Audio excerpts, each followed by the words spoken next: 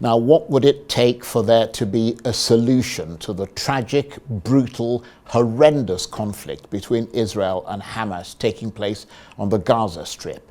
After so many decades of wars and failed peace negotiations, is there any hope for future peace processes? And in the short term, would the solution have to be a ceasefire and not to destroy Gaza so entirely that the civilians have nowhere to go?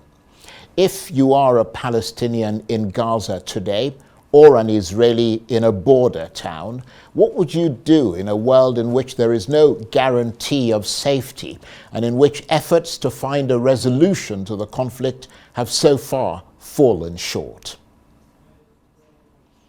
Well, to help us consider the latest developments in the war between Israel and Hamas, I'm joined now on the line from Los Angeles by Arise Middle East analyst Dr. Saul Zadka. Dr. Zadka, thank you very much indeed for joining us. Let me first of all start by getting your reaction, and perhaps you're giving us whatever information you're hearing about that reported tragic development in Gaza tonight, where in the last hour or so, Palestinian health officials are reporting that up to 500 people may have been killed in a strike by Israel on a hospital in the center of Gaza.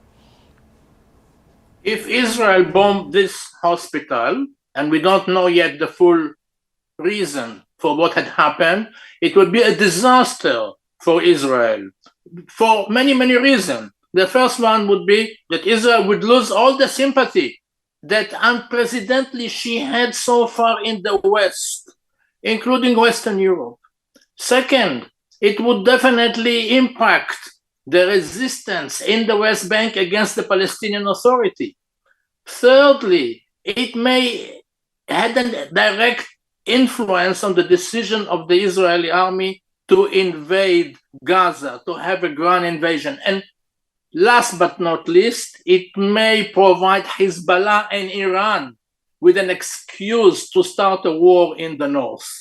The only way, or the only fact that can save Israel's neck at this moment after the attack in the hospital is that it may have been a failed missile delivery by Hamas, who is known to have stored weapons in that particular hospital.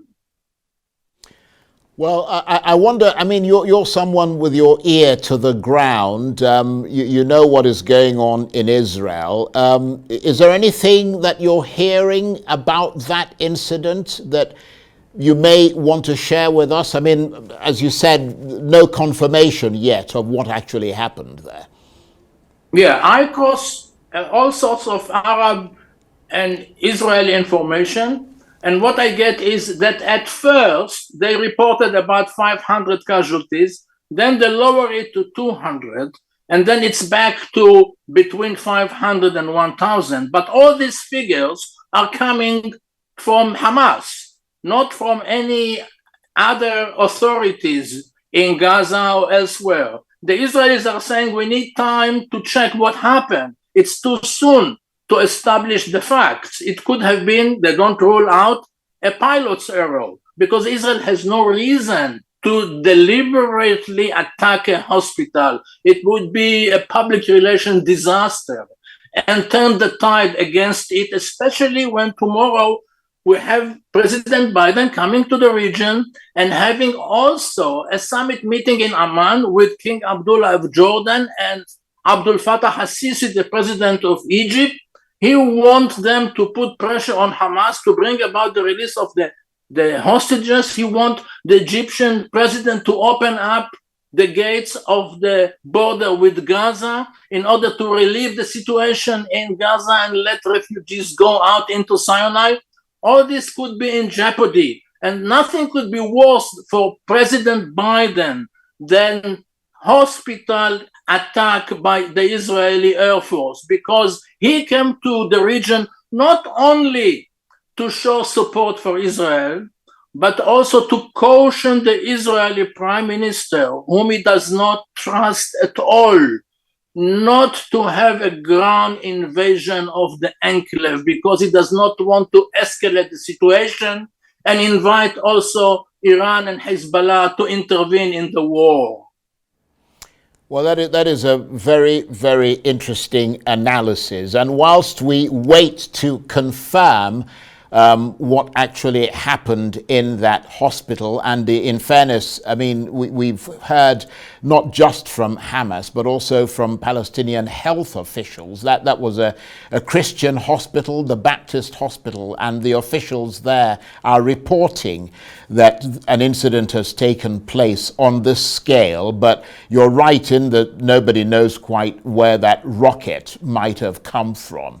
So let's move away slightly from that and tap into your vast knowledge of that region. Just help us to get a sense of the contradictions that Israel is facing, because on the one hand, there's clearly an impetus for the Israeli army to carry out a sweeping ground offensive against Hamas in Gaza. But then again, there is the desire to return safely the 199 hostages that are held in Gaza.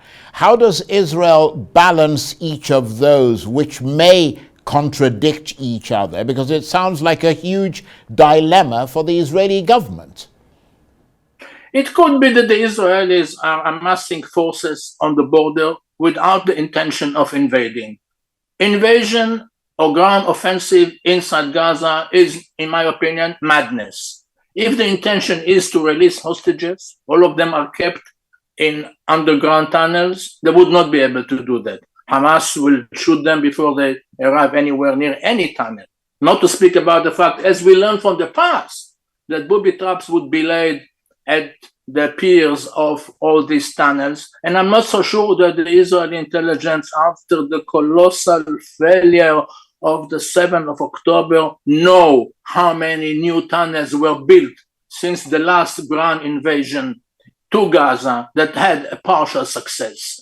So what I'm saying is that it could be just a bravado, an attempt by the Israeli army to show the public that they are doing the utmost in order to bring about a final success in their war against Hamas. Already Israeli officials are saying the war against Hamas may last months or even years. So nobody has really any illusion that Hamas could be eliminated anytime soon. But many people are placing their hope on President Biden, who in a very dignified way showed a great deal of willingness to get involved in the nitty-gritty of the conflict and even to conduct him instead of the Israeli prime minister in order to make sure that nothing adventurous is taking place, while all the priorities have been placed on the need to release the hostages. Many of them belong to other nationalities. So I can see the summit in Amman tomorrow as very, very crucial. Mahmoud Abbas, the president of the Palestinian Authority, already canceled the meeting with Biden. He may have changed his mind, but he wanted to show the people in the West Bank that he's sympathizing with the plight of the Palestinians who were killed in the hospital in Zaytun neighborhood of Gaza. And there are already demonstrations in Gaza and in Ramallah against the Palestinian Authority because they see him as a collaborator and a puppet of the Israelis and the Americans. So tension is simmering up in the West Bank as well, unless, as we said before, it would not have been an Israeli airstrike that brought this hospital down, but a self-inflicted Hamas attempt to wage a rocket from the hospital inside to Israel. So we're looking at pictures earlier there. I was hoping that would pop up on the screen of those protests that you were talking about in the West Bank.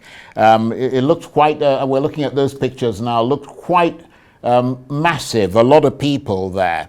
But I mean, of course, Dr. Zadka, Israel's worries are not just with the front in Gaza, as we're seeing there, obviously with the West Bank, but also with a much bigger and potentially just as worrying front which is Israel's border with southern Lebanon. It has the powerful presence of Hezbollah, the armed group that's operated against Israel for decades and is backed by Iran. And as you assess events around that southern Lebanese border, what do you see and how tense are things there? I see a hesitation in Beirut on Hezbollah's part of whether or not to start a second front against Israel. And it could not be only a second front, it could be also a third front, because there is a Hezbollah presence in Syria that has a border with Israel, with the Golan Heights. And also the Iranians have revolutionary guards in this particular area. So it could be a simultaneous attack by the revolutionary guards, Hezbollah in Syria and Hezbollah in South Lebanon, to attack Israel. And as you rightly said, the firepower of Hezbollah is 4 times more than Hamas. It's a formidable military organization that acquired a lot of combat experience during the civil war in Syria and Iraq by assisting the Shiite militias in Iraq. And that's why I think that Israel will have a huge challenge to fight back in order to save the northern border. They already said that if Hezbollah dares to attack the settlements along the border, they will face destruction. And that means they will repeat what had happened during the last war against Hezbollah, when Israeli Air Force almost wiped out the quarter of Dahiya in eastern Beirut, where Hezbollah had its headquarters. So the Hezbollah is very cagey about it. Iran is not using only proxies. Iran is using other areas and intelligence in order to try and see if this is another window of opportunities in which Hezbollah can use its power in order to attack. The Israelis are responding accordingly, and they evacuated all the settlements along the border with Lebanon.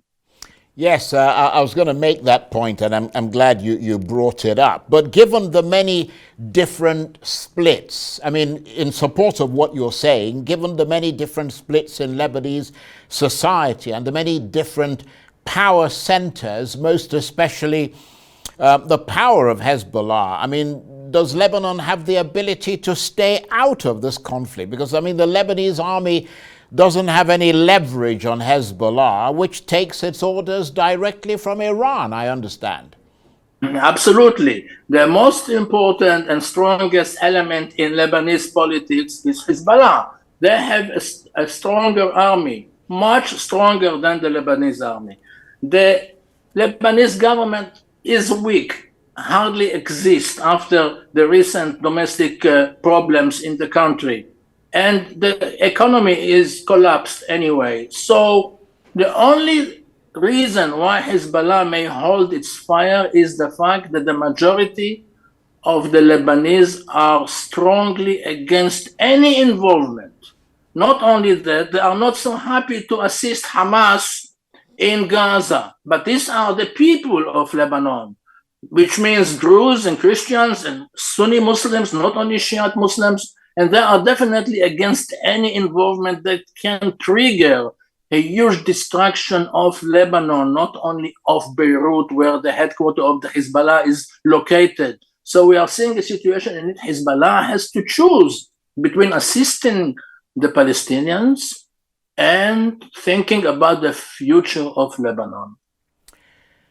As always, Dr. Zadka, it's been an education talking with you and having the benefit of your analysis. But before we go, a final question. If you were a Palestinian in Gaza today or an Israeli in a border town, border with either Gaza or Lebanon, what would you do in a world in which there is no guarantee of safety and in which efforts to find a resolution to the conflict have so far fallen desperately short? Charles, after the carnage of the 7th of October, I don't know how many Israelis would go back to their villages and the kibbutzim where they lived for decades. I don't think that they are capable psychologically to face the grim reality of what had happened on that particular day. But they have other places to go to. They can live elsewhere in the country. The Palestinians have nowhere to go because the enclave is closed, and the Egyptians are refusing to open the border. And as with regards to the future of Gaza, I think, and this is my own personal solution, that the only way to try and resolve this painful conflict is not by eliminating Hamas, which would not happen, at least not physically, but trying to bring the Gaza Strip under the control of Arab countries that will manage the Strip for the years to come, like forces and police from Egypt and Jordan and other Arab countries that have relations with Israel. This will provide some calm, a temporary relief to the Gazan, and would allow to rebuild the Strip once and for all. Dr. Zadka, very grateful indeed to you for the time that you've taken to talk to us. Dr. Saul Zadka is a Rise Middle East analyst. He was talking to me on the line there from Los Angeles.